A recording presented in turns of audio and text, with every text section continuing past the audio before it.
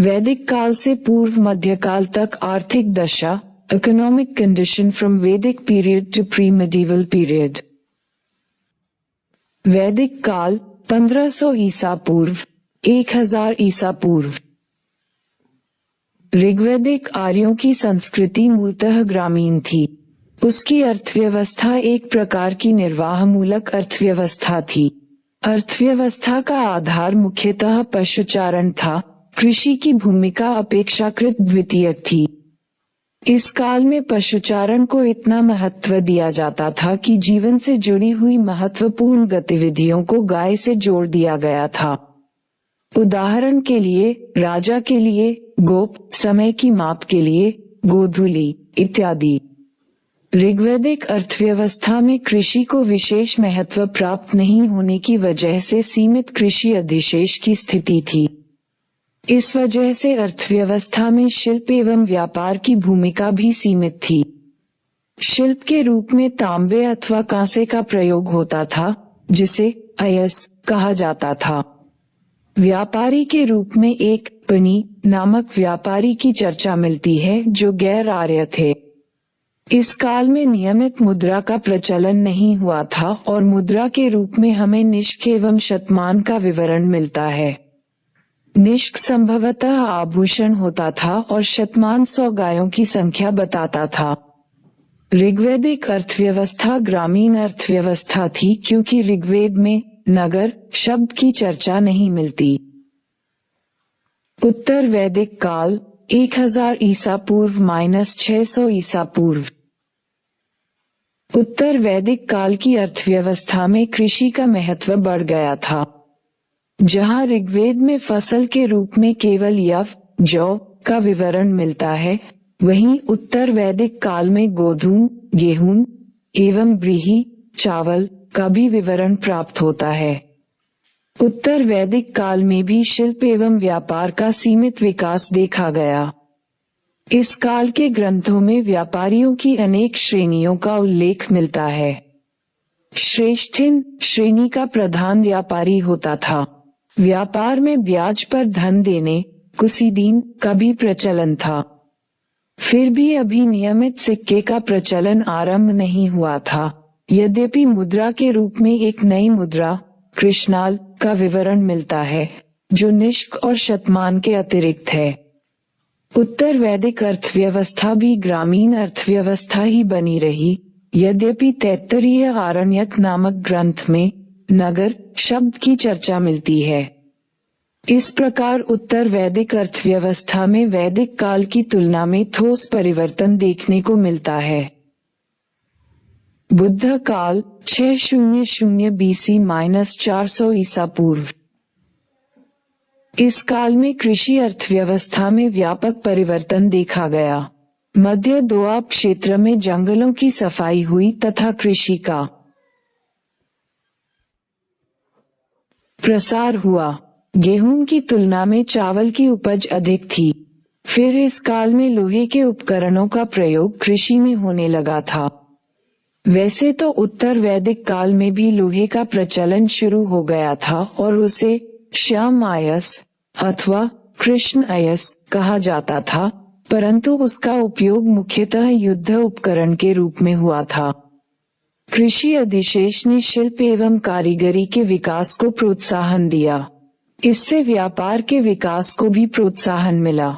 पहली बार इस काल में नियमित मुद्रा के रूप में आहत सिक्कों, पंचमाल सिक्कों का प्रचलन आरंभ हुआ।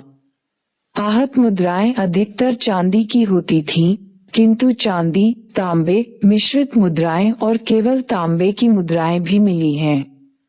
सबसे बढ़कर इस काल में द्वितीय नगरीकरण का आरंभ हुआ। जहां प्रथम नगरीकरण का आधार सिंधु घाटी ने तैयार किया, वहीं द्वितीय नगरीकरण का आधार मध्य गंगा घाटी ने।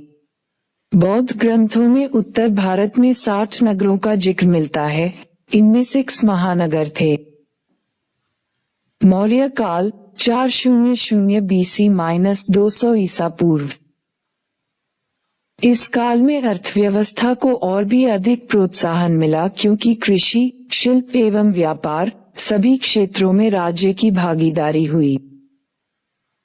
कृषि के क्षेत्र में राज्य की भागीदारी थी। राज्य की भूमि सीता भूमि कहलाती थी, जिसमें खेती का कार्य सीताध्यक्ष नामक अधिकारी के अंतर्गत होता था।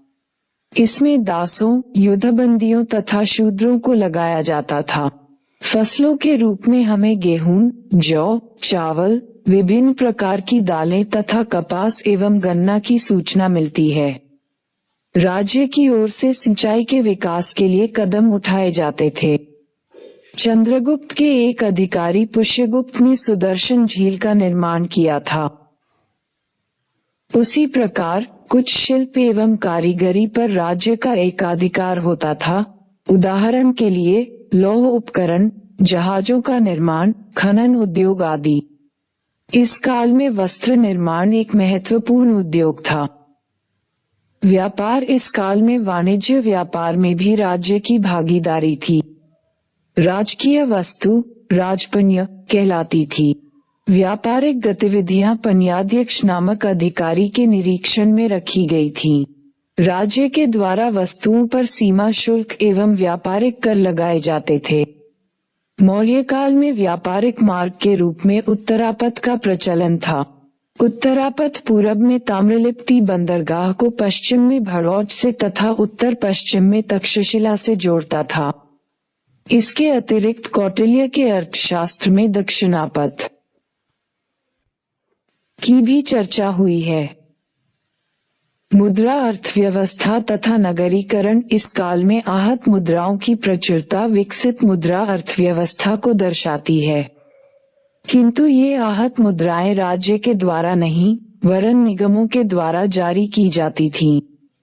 कौटिल्य के अर्थशास्त्र में पर्ण नामक सिक्कों का जिक्र मिलता है, जो चांदी का सिक्का होता था। फिर इस काल में विकसित वाणिज्य व्यापार तथा बेहतर प्रशासनिक गतिविधियों ने नगरीकरण की प्रक्रिया को बल प्रदान किया। अशोक के अभिलेखों में पाटलिपुत्र के अतिरिक्त 7 नगरों का जिक्र हुआ है। मौर्योत्तर काल मौर्योत्तर काल आर्थिक क्षेत्र में चतुर्दिक विकास का काल था। यह वही काल है जहां एक तरफ कृषि अर्थव्यवस्था का प्रसार हुआ, वहीं दूसरी तरफ शिल्प, वाणिज्य व्यापार एवं नगरीकरण की प्रक्रिया को गति मिली। इस काल में द्वितीय नगरीकरण का चरमोत्कर्ष देखने को मिलता है। कृषि भूमि अनुदान के माध्यम से दूरवर्ती क्षेत्रों में कृषि का प्रसार हुआ। फिर इस काल में कृषि के प्रसार में निजी व्यक्ति की भूमिका पर भी विशेष बल दिया गया। उदाहरण के लिए मनु कहता है कि भूमि उसकी होती है जो उसके घास भूसे को साफ कर आबाद करता है। स्वयं राज्य की ओर से भी सिंचाई के प्रोत्साहन के लिए कदम उठाया जाता था। उदाहरण के लिए रुद्रदामन ने सुदर्शन झील की मरम्मत कराई। शिल्प अथवा उद्योग इस काल में शिल्प एवं उद्योगों में व्यापक विस्तार देखा गया। इस काल के एक ग्रंथ मिलिंद पन्हो में 75 प्रकार के व्यवसाय की सूचना मिलती है, जिनमें 60 स्पष्ट रूप में शिल्पों से जुड़े हुए हैं। फिर इस काल में अलग अलग क्षेत्र में अलग अलग प्रकार के उत्पादों का जिक्र मिलता है। उदाहरण के लिए उज्जैन मनका बनाने के कार्य हेतु प्रसिद्ध था। मथुरा एक विशेष प्रकार के वस्त्र शाटिक के उत्पादन के लिए प्रसिद्ध था। उसी प्रकार दक्षिण में अरिकोमेडु और उरायूर वस्त्रों की रंगाई के काम के लिए जाना जाता था।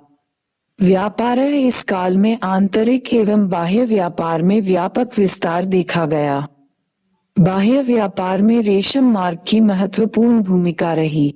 इसका संचालन चीन का हान साम्राज्य, भारत का कुषाण साम्राज्य तथा यूरोप का रोमन साम्राज्य करता था।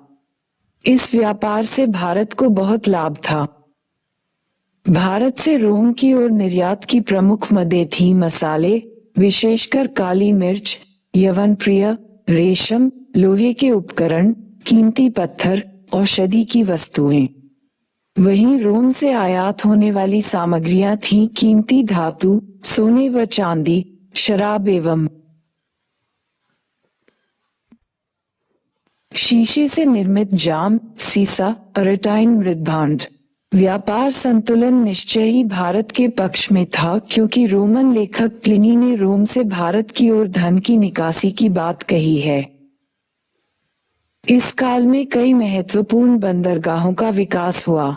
उदाहरण के लिए उत्तर में 2 महत्वपूर्ण बंदरगाह बाबरिकम सिंधु नदी के मुहाने पर तथा बेरी गाजा, भड़ौच, गुजरात तट पर स्थित थे। पूरब में ताम्रलिप्ति भी एक महत्वपूर्ण बंदरगाह था। इसके अतिरिक्त कुछ बंदरगाह यथा टिंडिस, मुजिरिस, नेल्सिंडा आदि मालाबार तट पर तथा अरिकोमेडु, कावेरीपट्टनम एवं कोरकई आदि कोरोमंडल तट पर स्थित थे। मुद्रा व्यवस्था प्राचीन काल में सबसे अधिक मुद्राएं मौर्योत्तर काल में ही जारी की गई। इस काल में सोने, चांदी, तांबे, टिन एवं सीसे के सिक्के भी चलाए गए। रोम के दीनार पैटर्न पर सबसे विशुद्ध सिक्के कुशनों ने चलाए। सातवाहनों ने सीसे के सिक्के भी चलाए। नगरीकरण इस काल में नगरीकरण अपनी चरम अवस्था में पहुंच गया। इस काल में कुषाण शासकों के अंतर्गत मथुरा, बनारस आदि नगरों का विकास हुआ। वहीं शकों के अंतर्गत उज्जैन एक प्रमुख नगर के रूप में विकसित हुआ। ये काल प्रायद्वीपीय भारत में प्रथम नगरीकरण का काल था। सातवाहनों के अधीन तग, पैठान, अमरावती, नागार्जुनकोंड ये सभी नए नगर के रूप में विकसित हुए। सुदूर दक्षिण में भी नगरों का विकास हुआ। उदाहरण के लिए मुजिरिस, अरिकोमेडु, कावेरीपट्टनम ये सभी बंदरगाह नगर के रूप में विकसित हो गए थे।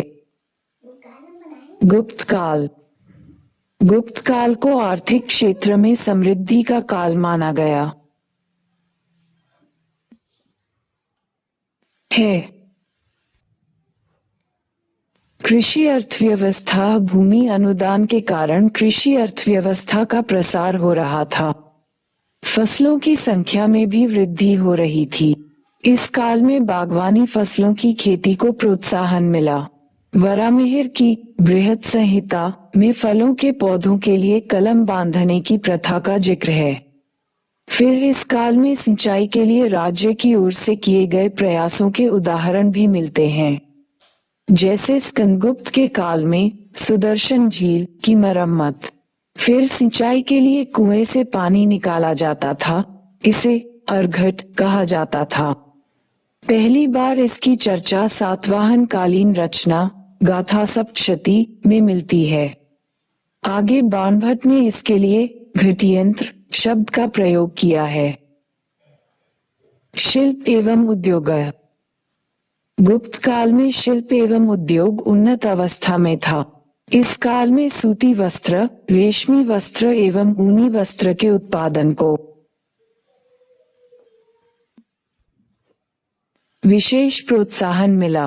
वस्त्र उत्पादन के 4 प्रमुख केंद्र थे: मथुरा, बनारस, दासपुरा एवं कामरूप। अजंता के चित्र तथा कालिदास की रचनाओं से उत्तम प्रकार के वस्त्रों की झलक मिलती है। इसके अतिरिक्त धातुकर्म की दृष्टि से भी गुप्त काल विशिष्ट है। दिल्ली के मेहरौली स्थित लौह स्तंभ बेहतर प्रकार के शिल्प निर्माण का ज्ञान कराता है। इसके अतिरिक्त बिहार के सुल्तानगंज से प्राप्त कांसे की निर्मित बुद्ध की 1 टन की मूर्ति भी बेहतर धातु शिल्प की ओर संकेत करती है।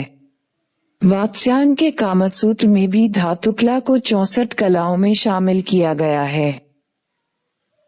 व्यापार। इस काल में पश्चिमी रोमन साम्राज्य के साथ भारत के व्यापार को धक्का लगा, परंतु पूर्वी रोमन साम्राज्य के साथ भारत के व्यापारिक संबंध स्थापित हो गए थे। इसलिए इस काल में कुल मिलाकर आर्थिक समृद्धि बनी रही। गुप्त शासकों ने सर्वाधिक संख्या में सोने के सिक्के जारी किए। इस काल के लेखक वात्स्यायन के कामसूत्र में समृद्ध नगरीय जीवन का जिक्र मिलता है। विदेशी यात्री फाह्यान ने भी मध्य देश और पाटलिपुत्र की समृद्धि की चर्चा की है। परंतु गुप्त काल के अंत में पूर्वी रोमन साम्राज्य के साथ भारत का व्यापारिक संबंध टूट गया और इसके साथ व्यापार को धक्का लगा। गुप्तोत्तर काल।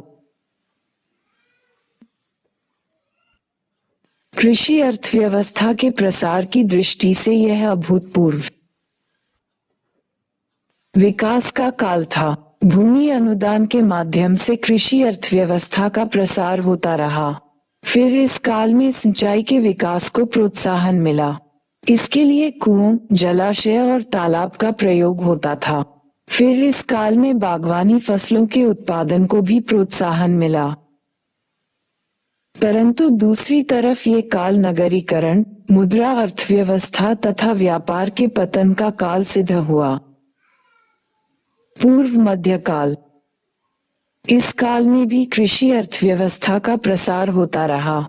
नए भूभाग का आबाद होना, नई फसलों का प्रचलन, सिंचाई का विकास सभी पूर्वकालीन अवस्था में बना रहा।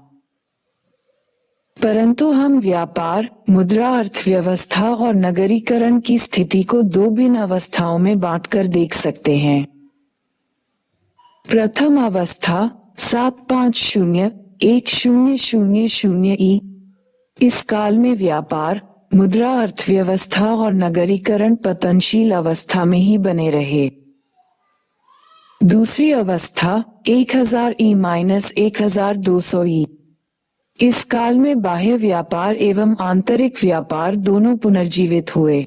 पश्चिम एशिया में एक वृहद अरब साम्राज्य के निर्माण ने भारतीय वस्तुओं की मांग बढ़ा दी। व्यापार के पुनर्जीवित होते ही मुद्रा अर्थव्यवस्था और नगरीकरण भी पुनर्जीवित हुआ। इसे तृतीय नगरीकरण का भी नाम दिया जाता है।